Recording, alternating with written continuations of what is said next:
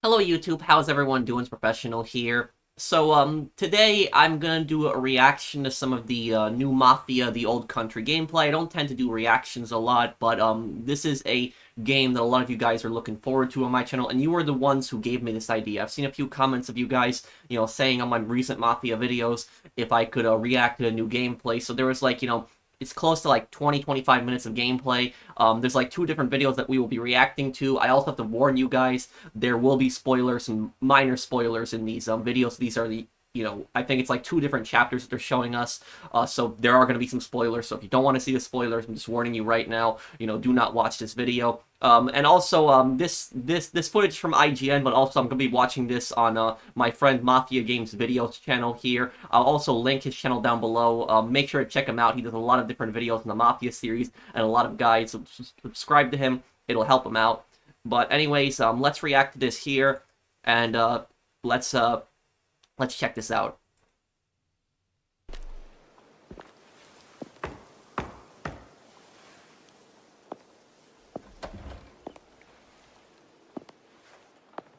Come in, Enzo.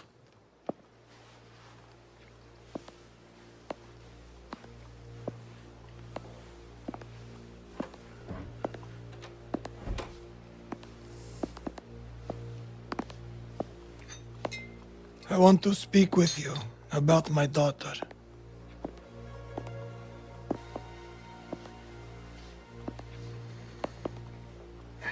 When Isabella became involved, however, it became our business. Now we must send a message to all around that Torrisi takes care of his family and his affairs.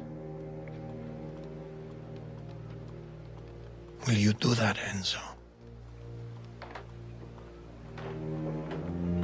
I will. Good.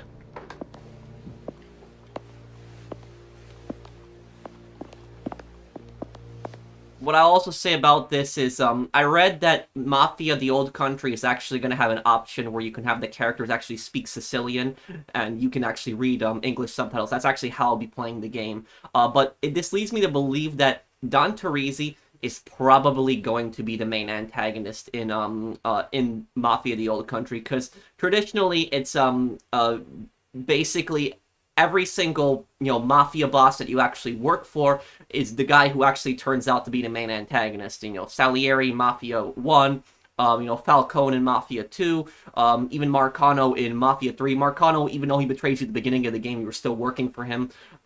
But, yeah, so I probably think that it's probably going to be Torrisi that's going to probably be the main antagonist. Let's go.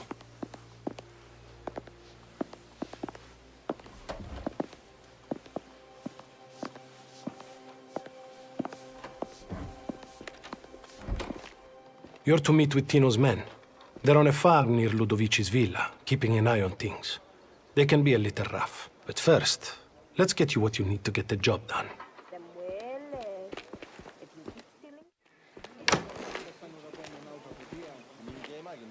Careful what you say around my wife.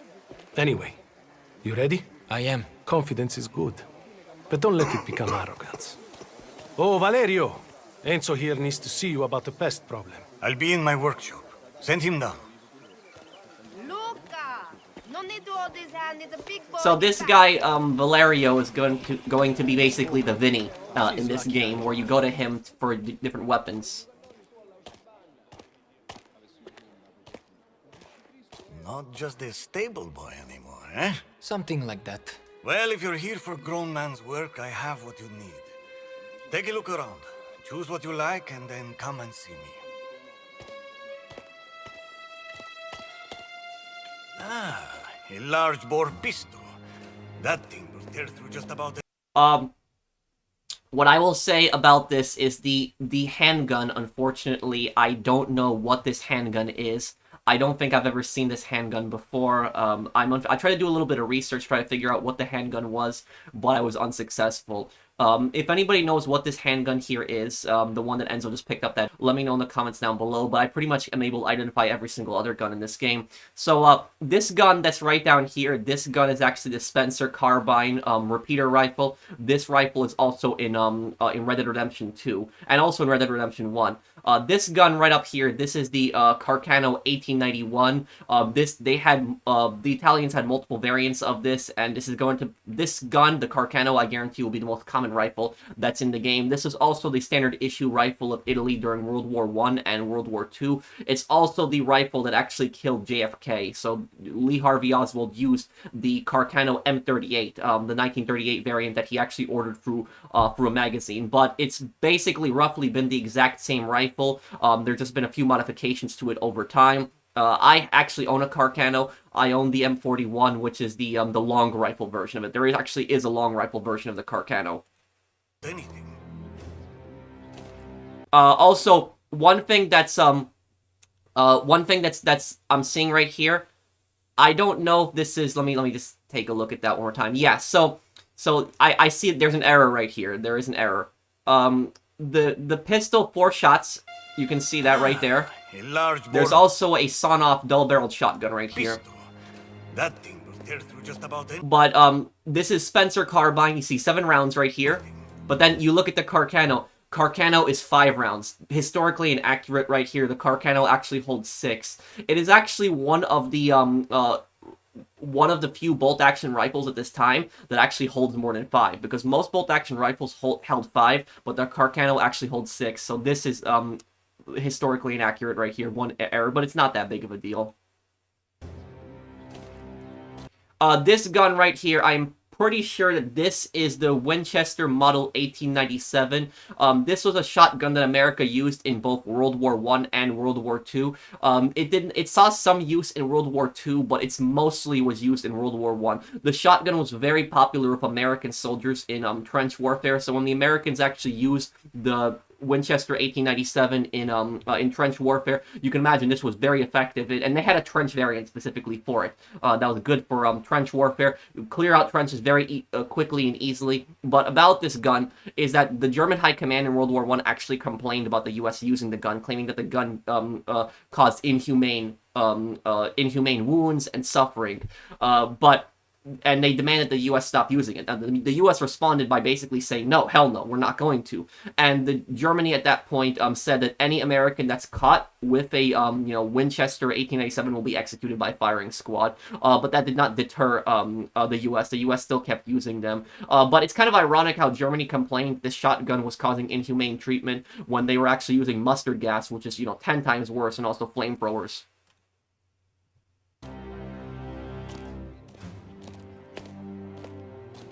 Okay, this gun right here, this is the Bodeo 1899.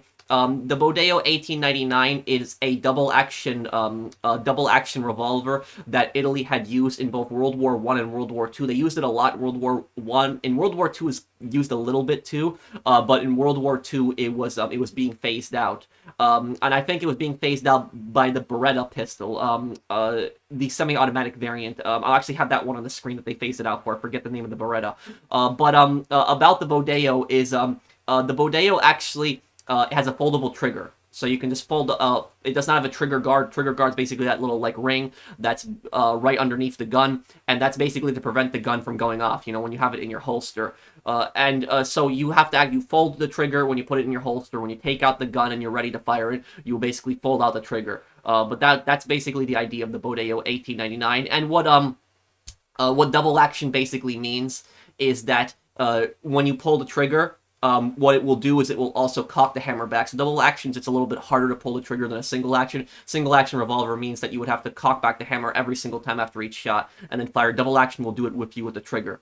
Okay, this gun right here, I'm pretty sure that this is a Springfield Model 1873 trapdoor rifle. This is also the single-shot Springfield rifle that you actually see in Red Dead Redemption 2. But this is the Springfield trapdoor, and the Springfield trapdoor was actually the main U.S. service rifle up until the late 1890s, when it was actually replaced by the Springfield Krag, which is actually the bolt-action rifle that you see in in Red Dead Redemption 1, and then the Krag didn't last for very long, for a couple years, and it was replaced by the Springfield 1903. But the reason that it's called the trapdoor rifle is because the trapdoor rifle, it has this little hatch, it opens up, and you just basically slide it around and you close the hatch, kind of like a trapdoor, and you just fire it.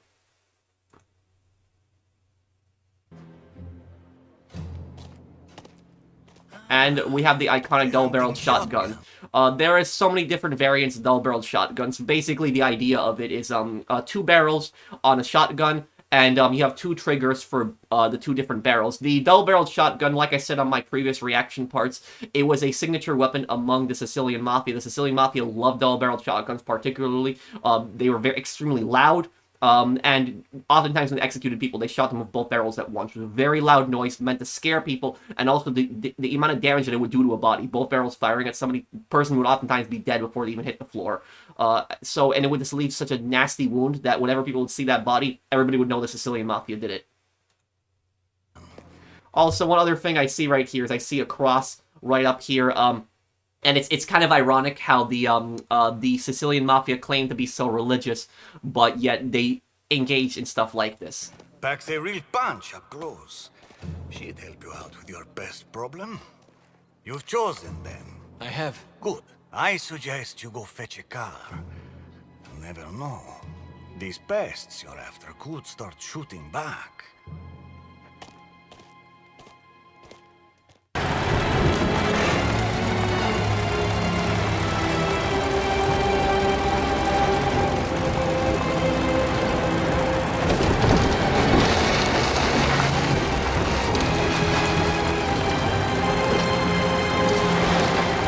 Here we do have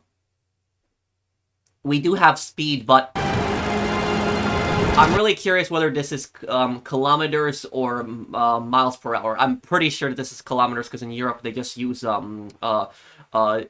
kilometers. So yeah, this does not look to me like. I don't think he's going 80 miles per hour right now. I'm pretty sure this is 80 kilometers per hour that he's going.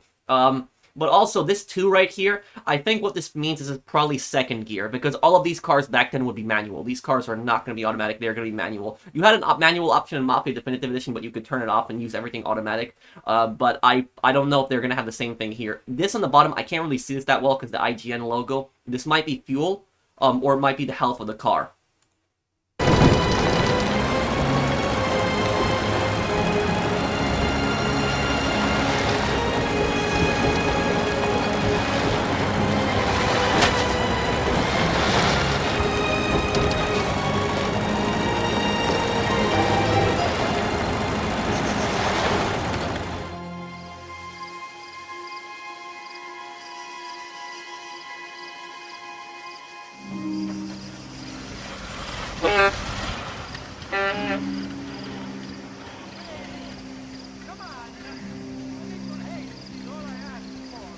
Ludovici. He's here. It's time then.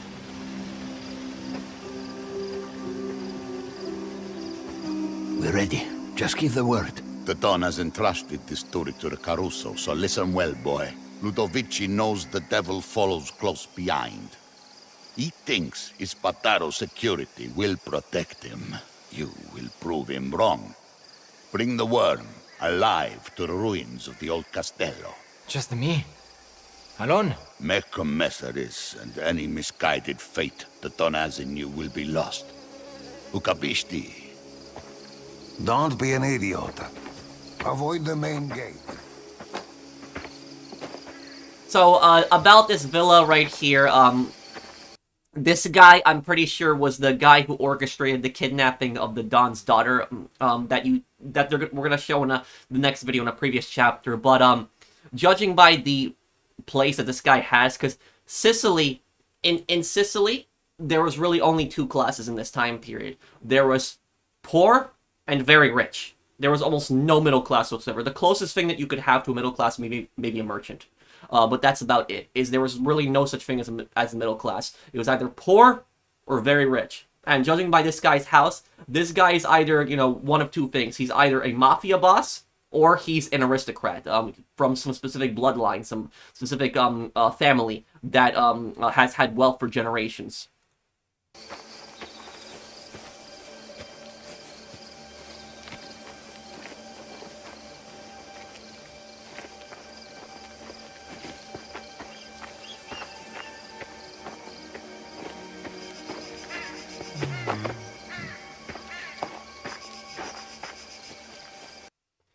One thing I cannot tell is I can't tell if these are actual bulbs or if these are candles.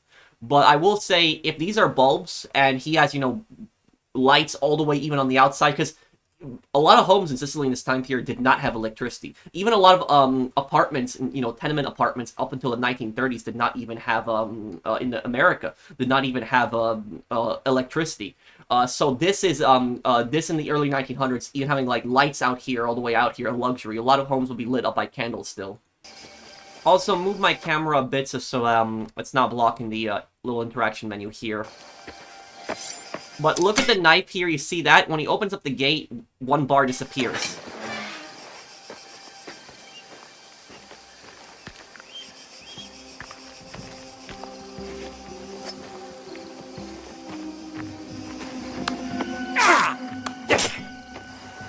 Another bar disappears. I think this is the health for the knives.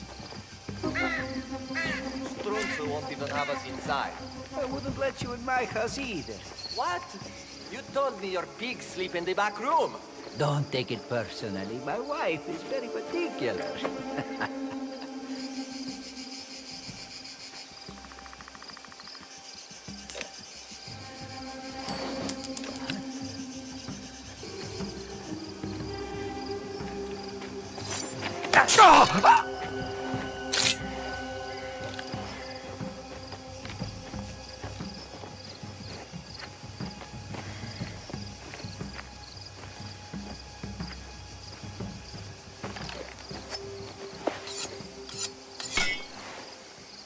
I don't know what he did. It looks like he was sharpening it. Possibly he possibly fixed it, but all three bars are back now.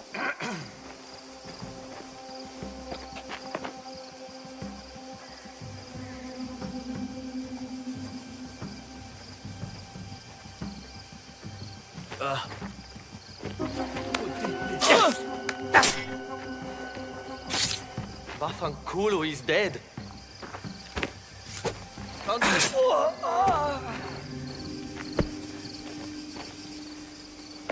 That's the new throwing knife mechanic.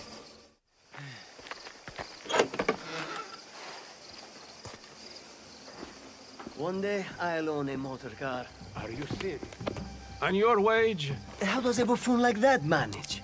He's no better than you or me. Maybe not. He's got a grenade! What?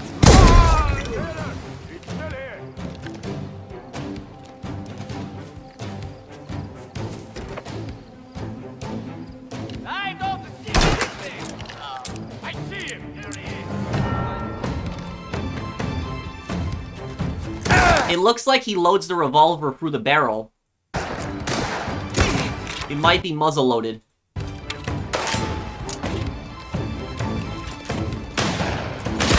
Yeah, I don't think it actually might be revolver. It might be it actually might be a tube-fed gun, tube-fed revolver. Yeah. I thought from the picture it looked like a revolver, but it might be tube-fed actually.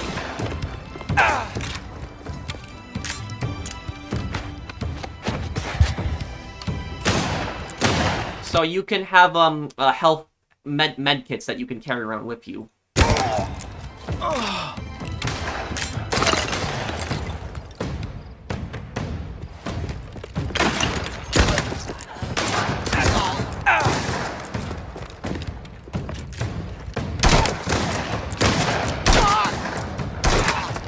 Get the pezzo di merda out! Loading! Could it be the it could possibly actually be a volcanic pistol. I'll have that up on the screen. I thought it was a revolver at first, but it actually could be very much the volcanic pistol, which is the volcanic pistol was a commercial failure. It's also in Red Dead Redemption, but it was basically a tube-fed magazine pistol that was also the lever action system. So after each shot, you have to, you know, pull the lever back, and it was an expensive gun. It was not reliable. It just lever action worked in a rifle, but didn't really work in a handgun.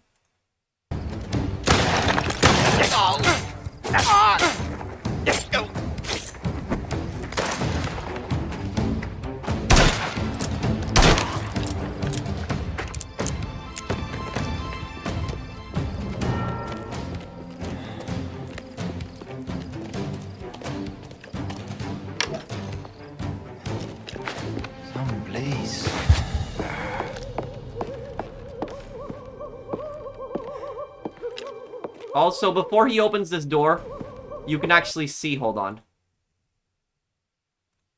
You can see there's a note on the table that you can read, so there will be notes that you can read throughout the storyline.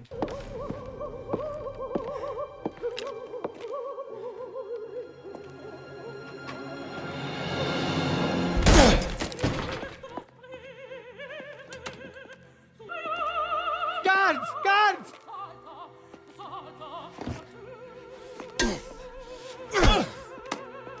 Please!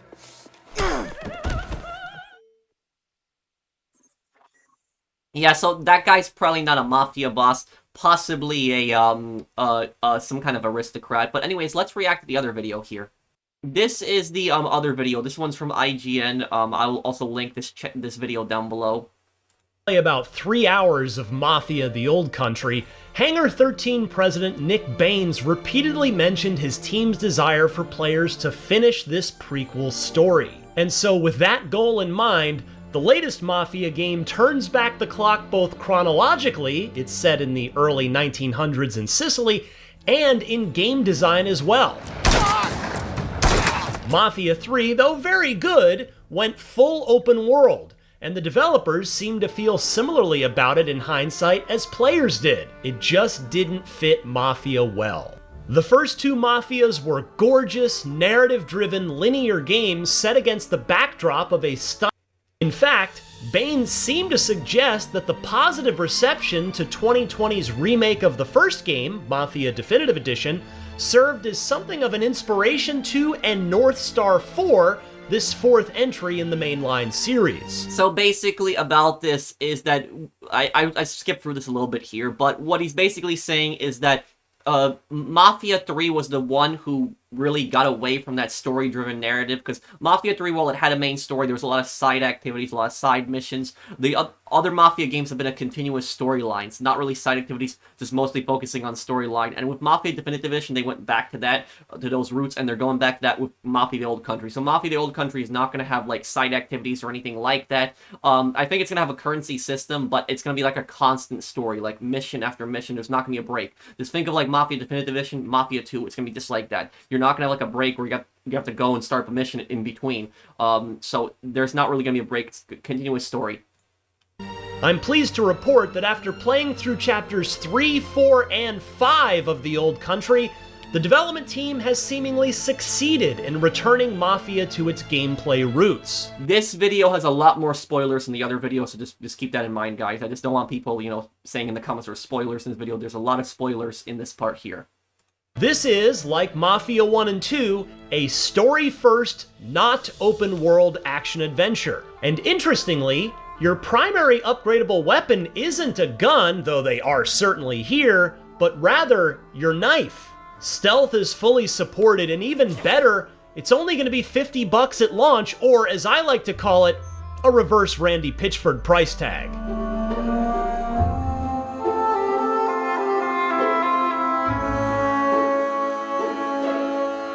When I first picked up the controller, playing on a high-end PC, which is where the footage you're seeing here came from, it's the early 1900s and late teenager Enzo Favara has recently escaped the sulfur mines he spent his childhood laboring in and started to become his own free man while working in the vineyard of Don Torrisi, a Sicilian mafioso who protects the people and property of the region from the thieving bandits that lurk in the hills, in exchange for monthly protection payments, of course. So I talked about the protection racket previously on two Mafia definitive parts ago. Basically, Mafia comes into an area and tells them, you pay us protection money, we'll protect you. And it's an extortion. It's you have no choice. They will attack you, they'll beat you up, possibly kill you if you don't pay them. But most of the time, the Mafia actually does not protect you, so they're not going to protect you. So even if you pay the protection money, if you actually get robbed, they're really not going to protect you. The only time they're really going to protect you is if another gang moves in on their turf and tries to take over your store, because then they're going to lose all their money. But other than that, they're not really going to protect you from thieves or robberies and the such. And as for Enzo working in the sulfur mines, what I'll say about this here is in this time period, teenager Enzo Favara has recently escaped. So in this time period, their indentured servitude still very much existed. And indentured servitude is basically a form of forced labor. It is a form of slavery. You can definitely make the argument for that. But what indentured servitude is, the difference between indentured servitude and slavery is that typically slavery is that when somebody is enslaved, they're enslaved their entire life. They never have the chance at freedom. When somebody's an indentured servant, they have to work for whoever their owner is for a whatever the contract is. So there's usually some kind of contract, and they have to work. They have no choice. The law cannot protect you. You are forced to work for that person. You basically get scraps, almost nothing in exchange. Free labor. Maybe they'll give you some food occasionally, but that's about it. It's and stuff like this happened where people were worked in indentured servitude, like in these mines here. And what happens is a lot of times the people that are working in these mines are not even the people that were in debt. So usually this starts because somebody was in debt, usually the father or the mother. And a lot of times what families would do is they would sell out their own kids. They would basically tell, like, the person who loaned them the money, oh, my child will work for you for like a number of years, 4 or 5 years. And that they will not see that child at all for the next 4 or 5 years. And that child will basically be forced to, work for that person to, pay off the debt of the family. And the conditions that these people worked in, these kids worked in, it was absolute horrible. Escaped the sulfur mines he spent his childhood laboring in and started to become his own free man while working in the vineyard of Don Torrisi, a Sicilian mafioso who protects the people and property of the region from the thieving bandits that lurk in the hills, in exchange for monthly protection payments, of course. A pleasure, as always. I really like how The Old Country tries to depict Enzo's progression from a very innocent kid into a bound by blood, full Okay, this gun right here, this, I noticed this right away here. Let's go back this. Very innocent kid into... This gun, I recognize this gun. This is the Remington Model 8, this gun right here. Now, you might recognize this from Battlefield 1. I know in Battlefield 1 it is a pretty popular rifle. But the Remington Model 8, this is one of the first mass-produced semi-automatic rifles. It is not the first semi-automatic rifle, but it's one of the first mass-produced semi-automatic rifles, which semi-automatic basically means you have to pull the trigger back every single time, but that's it. You pull the trigger, the faster you pull the trigger, the more shots that you can fire off from the gun. And this gun became very popular with people in Western Europe, specifically hunters, because back then, when you hunted, you either had a single-shot gun or a bolt-action rifle. There was really no such thing as a semi-automatic rifle. And having a semi-automatic rifle for hunting, it changed a lot. So this became a very popular gun. And also, if you want to know what year this gun became available commercially, 1905. So that means, if we're going by the year, that means that Mafia the Old Country takes place somewhere after 1905. So that is, we're narrowing down the years a little bit right now here with this gun. A bound by blood, fully vetted member of the Torrisi outfit who's got the green light to do anything he thinks needs to be done for the good of the family. We see this play out in Chapter 3, where Enzo's first taste of life outside the vineyard with the Torrisis comes when he's brought along on a series of collections by... This is the horse, and it looks like these right here, I'm not sure what these are, maybe this is what inspired from Red Dead here. Maybe some kind of course, but slow walk or gallop, move. Luca, the Don's right-hand man, and Cesare, another made member of the family. What I will also say about this is, in this time period, pretty much everybody used horses to get around. That is, the common practice. That's how people got around, was horses, or they paid for carriages to transport them from one place to another. The only people that had cars in this time period were very rich people. So if somebody had a car in Sicily in this time period, they had a lot of money typically. Is that working class people almost never had cars. It was just unheard of. Everybody basically used horses, or they paid for some kind of transportation like a wagon to transport them from town to town. Luca and Cesare are essentially the mafioso version of an angel and devil on your shoulders, where Luca preaches patience and using violence only as a last resort, while Cesare is more of a shoot first and ask questions later kind of guy. We let him act tough in front of the boy. And then we remind him of his obligations. For example, on our first collection stop, we visited Marco, an olive farmer. Marco always pays on time, but on this occasion, he's late. Luca gives me an unloaded gun to be used only as an intimidation tactic to get Marco to pay up. Yours is unloaded.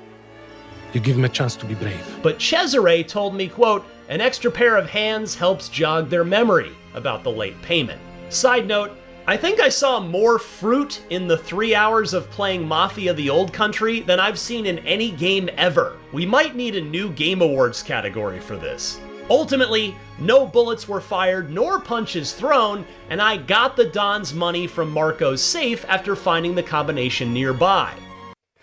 So about what I was saying earlier about the protection rackets is, again, this is what happens when you don't pay. The Mafia will come to your shop, they'll smash up your shop, beat you up, scare you, and intimidate you, and they don't really even provide you any kind of protection. And also some key details, I'm pretty sure that this right here, this in the background, I think is St. Mary, this picture that you see here.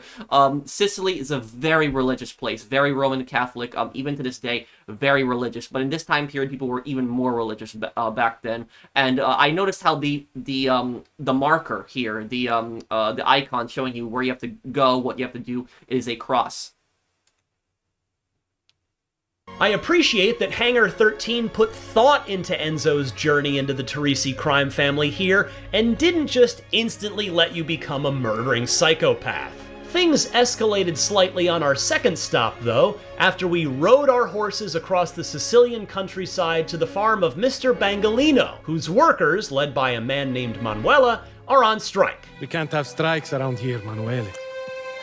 You and your friends need to get back to work. By the way, I can't emphasize how much I enjoyed staring at the countryside while riding to each destination on this mission. Mafia the Old Country ditches the proprietary engine it's used in all 3 previous Mafia games and moves to Unreal Engine 5 for this installment. To be fair, the previous engine was no slouch. Mafia 2 in particular was a strikingly good-looking game at the time it came out, and Unreal maintains the series' reputation for delivering lovely locations. The perfect blue skybox and pillowy clouds that sit atop the rolling green hills and farmlands did a great job of establishing the Old Country's Sicilian setting. I can't wait to see more of this world in the rest of the campaign. Anyway, Manuela pulled a knife, introducing me to what is, as I mentioned earlier, perhaps the weapon that Mafia the Old Country puts the most importance on. You can unlock and earn new knives, and each has unique modifying properties, giving you a reason beyond. So about this, I really like this. The signature weapon of the Italian Mafia will be the Stiletto knife, which the Stiletto knife was it was a dagger. It was a dagger that was actually created during the Renaissance period, but around this time, decades before this game even comes out, decades before this game even takes place, they actually put the Stiletto into a switchblade. And that is what became the Mafia signature weapon, the Sicilian Mafia. They liked using that and a double-barreled shotgun. So it was either the double-barreled shotgun or the Stiletto knife, which were very common around them. But this new boss mechanic, or at least this new fighting mechanic, I like this. So we're gonna have several of these bosses throughout the storyline here. But we see B/, so B thrust, strike, probably like that. Dodge, you jump out of the way, and then X parry. And there's probably going to be heavier attacks you probably won't be able to parry, but lighter attacks you probably will be, but you'll have to time that really well. Beyond the cosmetic appearance of each blade to choose a specific one that suits your combat preferences. You've got a lot of moves in a knife fight: thrusts, slashes, parries, and dodges. Like in the Batman Arkham games, heavy attacks can't be parried and must instead be dodged. And there was still one final collection errand to run in Chapter 3, and as you may have guessed by now, the cannoli hit the fan on this one. A visit to a farmer named Ficera sees him yell at us in a reversal because his new water pump was stolen by bandits, and the protection he pays Don Torrisi handsomely for didn't protect his valuable property.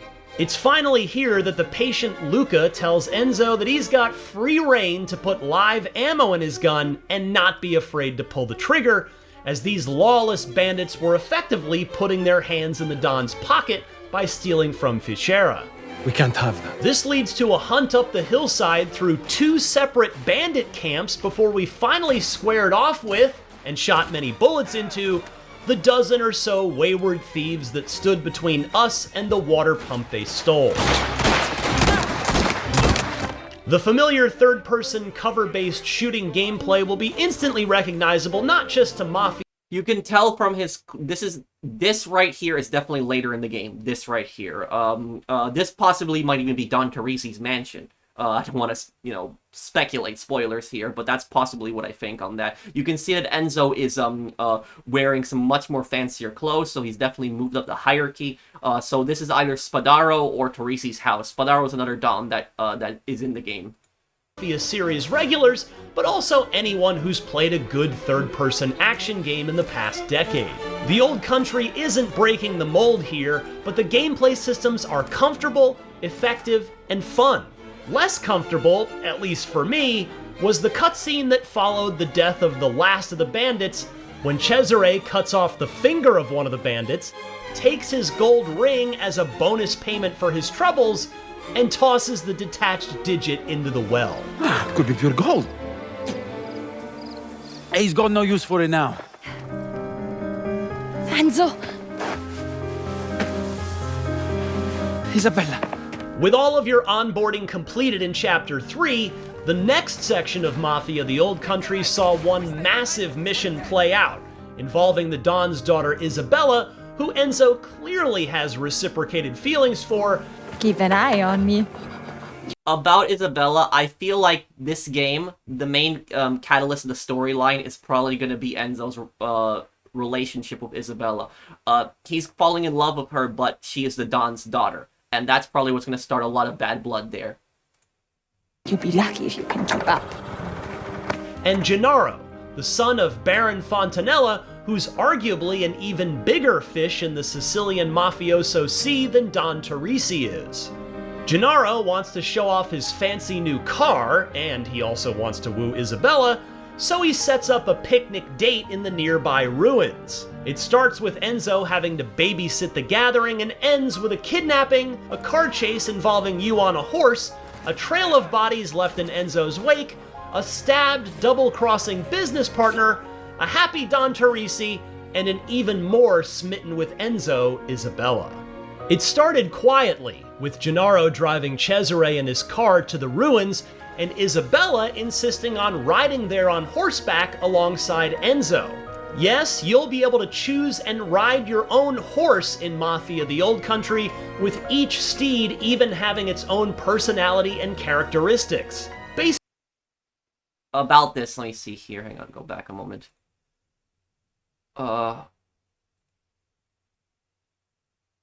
Enzo. Yes, you'll be... What is with these diamonds here? You see this like 800 diamonds and then 1,136 diamonds. Is this the in-game currency? And it seems like you can also purchase saddles for them too, so it seems like there will be some kind of currency in this game. Able to choose and ride your own horse in Mafia the Old Country, with each steed even having its own personality and characteristics. Based on what I played, it didn't necessarily seem like your choice of horse would materially affect gameplay, but it was a welcome way to add a bit of life and meaning to the narrative nevertheless. Here we are. A pit stop en route to the ruins showed off the camera you can take pictures of scenic spots with. Have you ever used one of these before? Unfortunately, it was the only opportunity I had to use it in the 3 hours I played, but hopefully you get to use it semi-regularly over the course of the campaign. You're also introduced to the driving mechanics of the Old Country after you rendezvous with Cesare and Isabella in the form of a low-stakes race around the ruins, perhaps a nod to one of Mafia 1's most infamous missions. But while Cesare and Enzo Okay, wait, so I noticed something just now here. So this icon, we see fuel here right now. And Enzo are messing around with Gennaro's car during his date with Isabella, bandits, I won't spoil their identity here, swooped in with guns blazing and kidnapped them both. They were really only after Gennaro, and having to take Isabella as well proved to be, well, you can imagine it ended up complicating things severely for the kidnappers. I got to wield a shotgun in this segment and found that it packed a satisfying punch. There was no bringing a knife, let alone stealth chokeouts, to a gunfight here. I brought Enzo in with an itchy trigger finger. After the aforementioned chase, I was able to run down their wagon and gun down plenty of the kidnapping cadre, and rescue Isabella, who rewarded Enzo with a kiss. Don't tell the Don.